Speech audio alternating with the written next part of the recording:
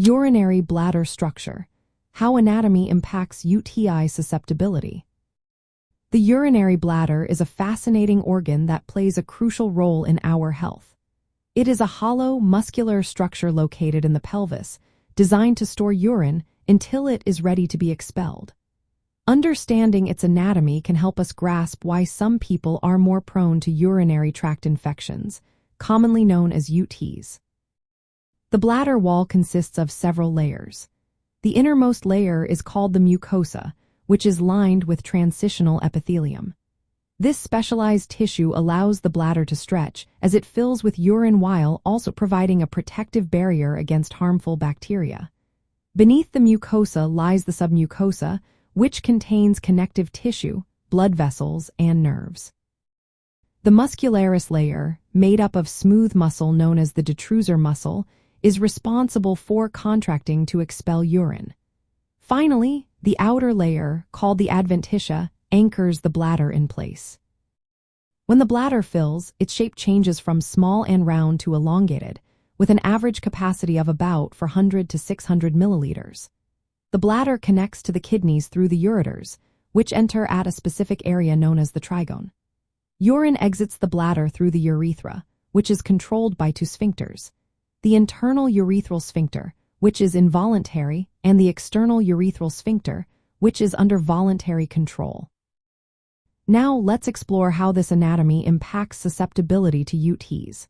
First, the transitional epithelium and mucosal barrier serve as the first line of defense against bacteria.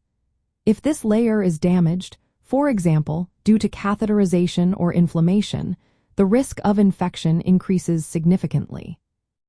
The trigone region, where the ureters enter the bladder, has a different epithelial lining and is less flexible. This area is a common site for bacteria to adhere and initiate infections. Additionally, women are more prone to UTIs because they have a shorter urethra than men. This anatomical difference means bacteria have a shorter distance to travel to reach the bladder. The function of the sphincters is also crucial. Proper functioning prevents urine leakage and backflow. If these sphincters do not work correctly, it can lead to incomplete emptying of the bladder or backflow of urine, both of which promote bacterial growth. Moreover, the efficiency of bladder emptying is vital. The detrusor muscle must contract fully, and coordination with the sphincters is essential for complete bladder emptying. If any residual urine remains after voiding, it can become a breeding ground for bacteria, increasing the risk of UTIs. Lastly, the nerves that control bladder function play a significant role. If neurological disorders affect these signals, bladder function can be impaired, leading to a higher susceptibility to infections. From a broader perspective, chronic or recurrent UTIs can lead to inflammation, which may affect the integrity of bladder tissue. While UTIs are not direct causes of bladder cancer, chronic inflammation is recognized as a potential risk factor for changes in the bladder lining.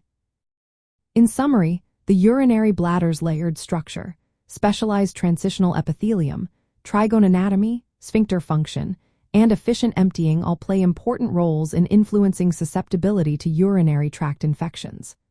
Understanding these features is key to managing and preventing UTIs and maintaining overall bladder health. Always consult with healthcare professionals for personalized advice and treatment options.